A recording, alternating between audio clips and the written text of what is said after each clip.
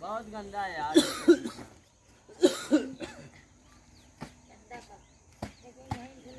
दोस्तों स्वागत है आपका इस खास रिपोर्ट में। और मैं मां मंदाकिनी के तट पर हूं, तरौहा के किनारे। एक ऐसा तट जो आज बदहाली से गुजर रहा है। यहाँ के जो हालात हैं वो बहुत बुरे हैं।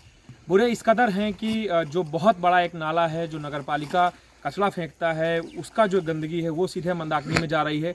जितना पीछे का नज़ारा खूबसूरत है, उतने ही कैमरे से उस पीछे का नज़ारा जो बहुत बुरा नज़ारा मैं आपको दिखाना चाहूँगा। जो मेरे वीडियो जर्नलिस्ट हैं वो दिखा दें इस रिपोर्ट को। देखिए यहाँ पे एक जो नाला आता है नगर पालिका का, ये नाला भी है जो आप दिखाना चाह रहा हूँ इस नाले को। और सबसे बड़ी बात ये है कि यहाँ पे जो कचरा आ रहा है वो नगर पालिका द्वारा फेंका जाता है। कुछ और दूर हम चलते हैं दिखाने के लिए। और जो हालात हैं वो बहुत बुरे हैं। किस तरीके के हालात हैं आप क्या बताना चाहेंगे? यहाँ भाई साहब पूरे चित्रकूट का कचरा इसी में डाला जाता है। किसी को कोई कुछ नहीं दिखाई देता। यहाँ पे सुबह सुबह आदमी आता है नहाने के लिए, लेकिन यहाँ जानवर जो है सड़ा गला सामान सब यहाँ पे डालते हैं। इसलिए पब्लिक में रोष है। यहाँ पे मंदिर भी बनी है और यहाँ पे सैकड़ों आदमी जो है नहाने आता है। और ये देखिए मैं आपको एक बहुत ऐसी तस्वीर दिखाता हूँ कि शायद आपका मन विचलित हो जाए उससे। ये देखिए यहाँ पे एक सुअर मरा हुआ पड़ा है और ऐसे बहुत से जानवर हैं जो मरते हैं इसके बाद जो ये पूरा पानी है। और सबसे बड़ी बात यह है कि जो नगर पालिका दावे करता है करवी के कि हम मंदाकिनी को साफ़ करने के इंतजामात कर रहे हैं। प्रशासन जो ये कहता है कि मंदाकिनी में जो 2 दर्जन से अधिक नाले गिर रहे हैं उसके टैपिंग के लिए हम लगे हैं, लेकिन सारे दावे फुस हैं, हवा हवाई हैं। और जो मंदाकिनी पुत्र हैं, सो कॉल्ड मंदाकिनी जो मालाएं पहनते हैं मंदाकिनी को साफ़ करने के नाम पर, वो ज़रूर इस दृश्य को देखें। आखिर आप इस तरीके का जो नाटक करते हैं और उसके बाद मंदाकिनी को साफ़ होने का दिखाया जाता है कि मंदाकिनी साफ़ हो गई, लेकिन जो यहाँ के लोकल हैं वो बहुत ज़्यादा परेशान हैं क्योंकि उनको यहीं से होकर जाना पड़ता है। और पूरा जो गंदगी है वो पूरा मां मंदाकिनी पे गंदगी गिरती है।